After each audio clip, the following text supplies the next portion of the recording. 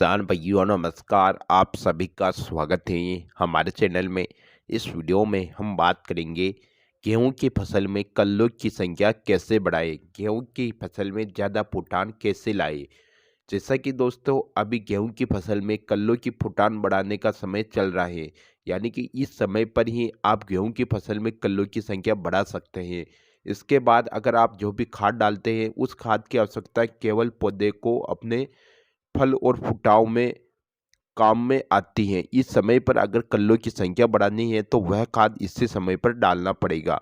जैसा कि दोस्तों गेहूं की फसल में 2 से 3 पानी जब आप लगाते हैं उस समय पर ही आप गेहूं में जो भी आपको पोषक तत्व जिंक सल्फेट यूरिया इसके अलावा सल्फर पोटास जो भी खाद डालना है आप गेहूं की दूसरी और तीसरी पिलाई में डाल देवे। जैसे ही आप गेहूं की चौथी पिलाई करोगे उस समय पर गेहूं की फसल में पोटे में डेंगियाँ आना प्रारंभ हो जाएगी। तो उस समय के बाद जो भी आप खाद डालेंगे उससे पौधे की हाइट बढ़ेगी और उसमें डेंगिया में दानों की भराव कम होगा। तो उस समय पर आप गेहूं की फसल में किसी भी प्रकार का ज़्यादा युक्त वाला खाद का प्रयोग ना करें। आप अगर गेहूं की सिंचाई करते हैं तो गेहूं की दूसरी सिंचाई में आप यूरिया खाद के साथ जिंक सल्फेट का प्रयोग कर सकते हैं।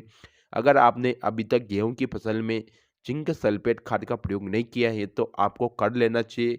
इसके प्रयोग से अगर आपकी गेहूं की फसल में पीलापन आ रहा है तो पीलापन दूर हो जाएगा।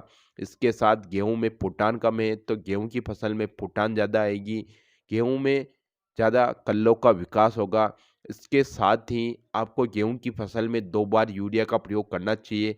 पहली बार आपको यूरिया का प्रयोग 40 से 45 केजी प्रति एकड़, दूसरी बार भी आपको दूसरी सिंचाई के साथ यूरिया का प्रयोग आपको 40 से 45 किलो करना चाहिए।